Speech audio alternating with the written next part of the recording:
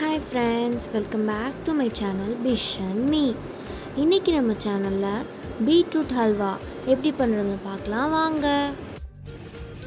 நம்ம இன்றைக்கி பீட்ரூட் ஹல்வா செய்ய போகிறோம். அதுக்கு ஒரு 1/4 கிலோ அளவுக்கு பீட்ரூட் எடுத்துகிட்டு தோல் சீவிட்டு இந்த மாதிரி இட்லி பாத்திரத்தில் போட்டு ஆவியில் ஃபஸ்ட்டு வேக வச்சு எடுத்துக்குவோம். இப்போ பார்த்திங்கன்னா ஆவியில் வேக வச்சு பீட்ரூட்டை எடுத்தாச்சு. இந்த மாதிரி வேக வச்சு எடுத்து செய்யும்போது நம்மளுக்கு அல்வா செய்கிற வேலை கொஞ்சம் ஈஸியாக குயிக்காக முடிஞ்சிடும். அல்வா செய்ய ஒரு பேனை ஹீட் பண்ணிவிட்டு அதில்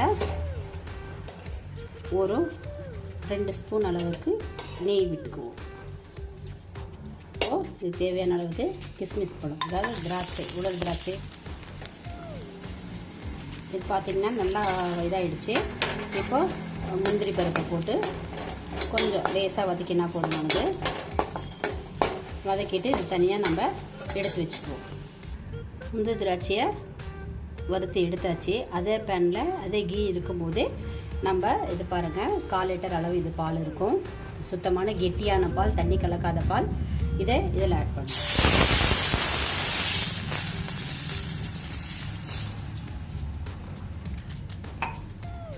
இப்போ இது நல்லா கொதிச்சு வரட்டும்.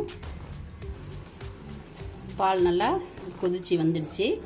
இந்த ஸ்டேஜில் நம்ம வேக வச்சு எடுத்த இந்த பீட்ரூட்டை ஆட் பண்ணிக்கலாம்.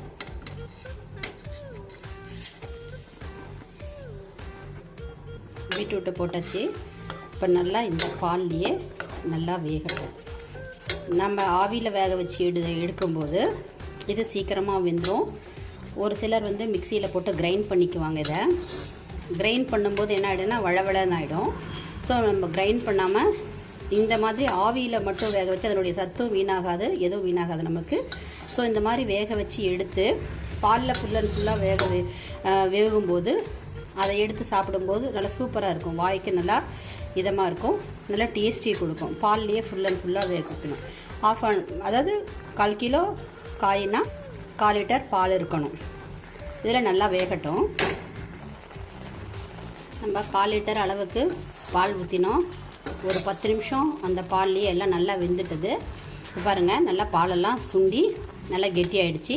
இந்த ஸ்டேஜில் நம்ம இதுக்கு தேவையான அளவு சுகர் சேர்த்துக்கலாம். அவங்க ஸ்வீட் எவ்வளோ வேணுமோ அவ்வளோ சேர்த்துக்கலாம்.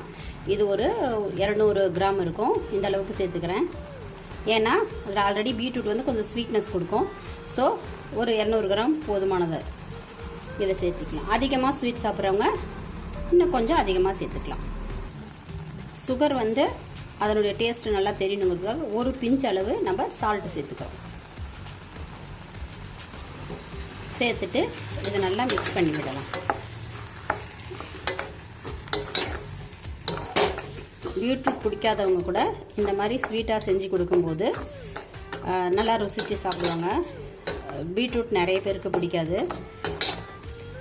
ஸோ இந்த மாதிரி கொடுக்கும்போது அதனுடைய ஹெல்த்து அதில் இருக்கக்கூடிய சத்து எல்லாமே நமக்கு போய் சேரும்.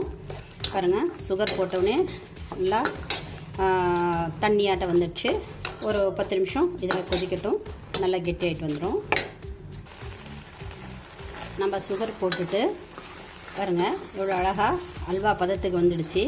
இந்த ஸ்டேஜில் நம்ம என்ன பண்ணணும், ஆல்ரெடி இதெல்லாம் கரெக்டான பக்குவம் வந்துடுச்சு. ஆல்ரெடி நம்ம வறுத்து வச்ச இந்த முந்திரியும் திராட்சையும் ஆட் பண்ணிவிடுவோம். இது கூடவே இன்னும் கொஞ்சம் கீ ஒரு 2 ஸ்பூன் ஆட் பண்ணுவோம்.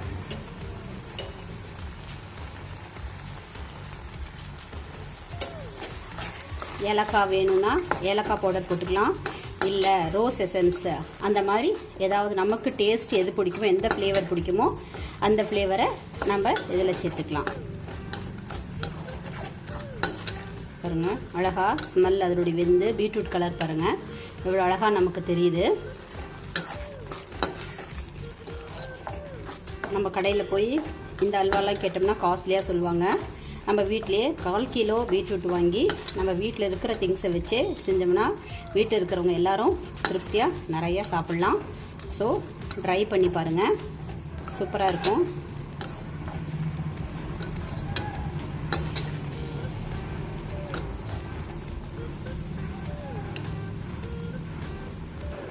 அவ்வளோதான், சூப்பரான பீட்ரூட் ஹல்வா ரெடி ஆயிடுச்சு. கண்டிப்பாக நீங்களும் ட்ரை பண்ணி பாருங்கள். தேங்க்ஸ் ஃபார் வாட்சிங். பாய். உங்களை நெக்ஸ்ட் வீடியோவில் மீட் பண்ணுறேன்.